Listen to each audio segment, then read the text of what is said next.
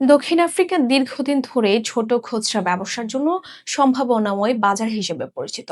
শহর থেকে টাউনশিপ সব জায়গাতেই বাংলাদেশি দোকানীদের উপস্থিতি চোখে পড়ে। মুদি দোকান, বাজার শপ, মোবাইল অ্যাক্সেসরিজ, পাইকারি খাদ্যপণ্য বিভিন্ন খাতে তারা সক্রিয়। তবে সাম্প্রতিক বছরগুলোতে অপরাধ বৃদ্ধি, ডাকাতি ও চাঁদাবাজির ঝুঁকি বাড়ায় ব্যবসায়ীরা নিজেদের নিরাপত্তা নিশ্চিত করতে প্রাইভেট সিকিউরিটি কোম্পানির সঙ্গে চুক্তি করতে বাধ্য হচ্ছেন। ফারজানা মিথিলার প্রতিবেদনে বিস্তারিত। দক্ষিণ আফ্রিকার অপরাধ পরিসংখ্যান নিয়মিত প্রকাশ করে সাউথ আফ্রিকান পুলিশ সার্ভিস।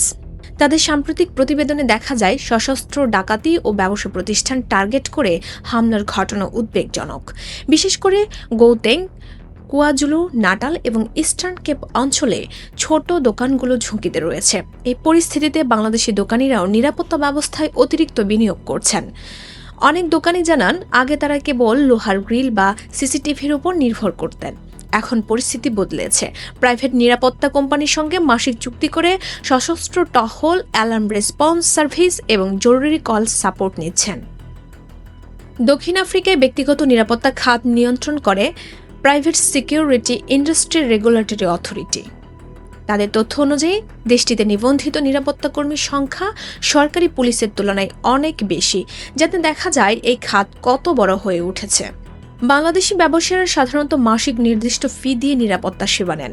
দোকানে অ্যালার্ম বসানো থাকে, জরুরি পরিস্থিতিতে কয়েক মিনিটের মধ্যে সশস্ত্র টিম এসে উপস্থিত হয়। বড় দোকান বা পাইকারি গোদামে রাতের প্রহরীও রাখা হয়। এতে খরচ বাড়লেও ব্যবসা টিকিয়ে রাখতে এটিকে প্রয়োজনীয় বিনিয়োগ হিসেবে দেখা হচ্ছে। কমিউনিটি নেতারা বলছেন, গত কয়েক বছরে একাধিক হামলা ও হত্যাকাণ্ডের ঘটনা ব্যবসায়ীদের মানসিকভাবে নাড়িয়ে দিয়েছে। অনেকেই ক্যাশ কম রাখছেন, মোবাইল পেমেন্ট বাড়াচ্ছেন, দোকান খোলার সময় সীমিত করছেন।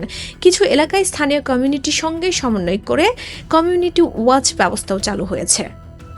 অর্থনীতিবিদদের মতে, উচ্চ বেকারত্ব ও সামাজিক বৈষম্য দক্ষিণ আফ্রিকার অপরাধ প্রবণতার পেছনে বড় কারণ। ছোট দোকানগুলো সহজ টার্গেট হওয়ায় তারা বেশি ঝুঁকিতে থাকে, ফলে নিরাপত্তা খরচ এখন ব্যবসার স্থায়ী অংশ হয়ে গেছে। তবে সমাধান শুধু প্রাইভেট নিরাপত্তায় সীমাবদ্ধ নয়।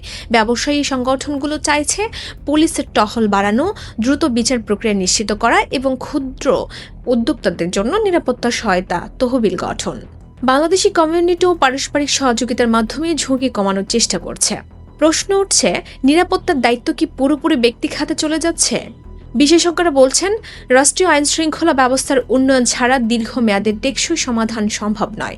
তবুও বর্তমান বাস্তবতায় ব্যবসায়ীরা নিজেদের সুরক্ষায় প্রাইভেট চুক্তিকে কার্যকর উপায় হিসেবে দেখছেন। সব মিলিয়ে দক্ষিণ আফ্রিকায় বাংলাদেশি দোকানীদের জন্য ব্যবসা মানে শুধু পুঁজি ও পরিশ্রম নয়, নিরাপত্তা ব্যবস্থাও এখন সমান গুরুত্বপূর্ণ। মাসিক বাড়তি খরচ সত্ত্বেও তারা এই চুক্তিতে যাচ্ছেন, কারণ নিরাপত্তা ছাড়া ব্যবসা চালানো ঝুঁকিপূর্ণ। বিদেশের মাটিতে নিজেদের স্বপ্নের ব্যবসা টিকিয়ে রাখতে তারা একদিকে বাজারের প্রতিযোগিতা, অন্যদিকে নিরাপত্তা হুমকি, দুই চ্যালেঞ্জের মাঝে লড়াই চালিয়ে যাচ্ছেন। Voice of Bangla, international desk.